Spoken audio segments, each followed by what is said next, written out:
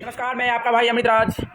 मैं आप लोगों को बताना चाहता हूँ कि हमारा भारत का पहले का स्थिति कैसा था और अभी का स्थिति कैसा है।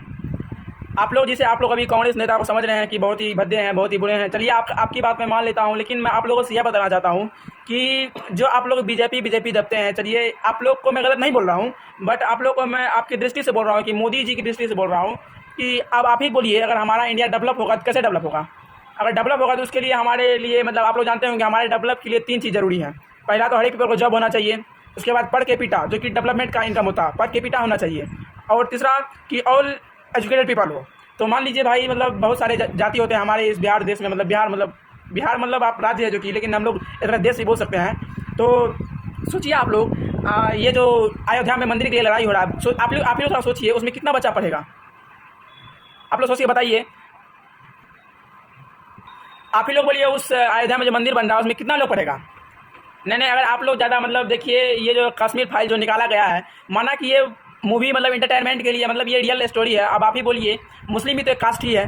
अब बोलिए, अगर आपको ताजमहल के अंदर अगर बोल दिया जाए कि वहाँ शिवलिंग है, तो क्या इसका मतलब ताजमहल को भी तोड़ दिया जाएगा। नहीं, जैसे बोला जा रहा है कि मतलब बहुत सारे मतलब बीजेपी सरकार जो केस किए हैं, कोई बोलते हैं ताजमहल के अंदर शिवलिंग है, कोई बोलते हैं कुतुब मीनार के अंदर शिवलिंग है। अब आप ही बोलिए, अगर मान लीजिए अमित शाह के घर के नीचे ही शिवलिंग पाया जाए तो क्या उसका घर टूटेगा। नहीं, आपसे ये सवाल है, आप लोग बोलिए।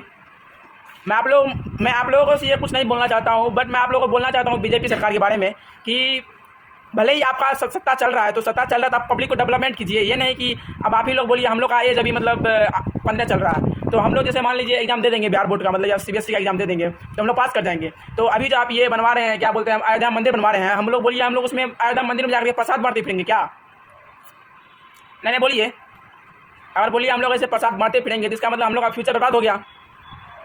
मैं तो सरासर बोलना चाहता हूँ कि जैसे मान लीजिए अटल बिहारी वाजपेयी साहब, वो भी बीजेपी के थे, तो उसके मतलब कारनामे बहुत अच्छे थे, तो मैं उसकी बड़ाई करता हूँ। क्योंकि मैं खुद अटल बिहारी वाजपेयी साहब से मिल चुका था, क्योंकि मतलब मुझे जब पैरेड के लिए बुलाया गया था स्कूल की तरफ से, तो मैं मिल चुका था। अगर भाई ऐसे बीजेपी का सत्ता चलता रहेगा तो क्या मतलब, एक होता है मोनार्की सिस्टम, आप लोग जानते हैं मोनार्की मतलब राजाओं का शासन। तो मोनार्की में जैसे देखिए, राजा मतलब हक जमाना चाहता है। तो अभी अमित शाह, आप लोग जानते होंगे अमित शाह को, जो कि बीजेपी के महान नेताजी हैं। उनका बेटा ना पढ़ा है ना लिखा है, उसको क्या बोलते हैं, बीसीसीआई में उसको जॉब मिल गया।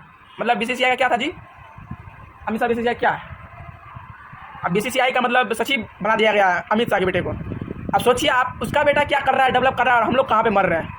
यही होती है पब्लिक की, मतलब पब्लिक के सोच के साथ खिलवाड़ करना।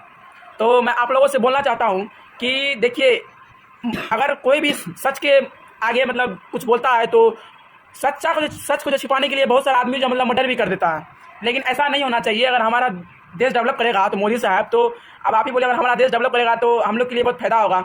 भले ही आप शादी नहीं किए हैं, आपके पास कोई बेटा नहीं है, फिर भी आप ऐसे क्यों कर रहे हैं। चलिए, आज के लिए बस इतना ही, मिलते हैं अगले वीडियो में।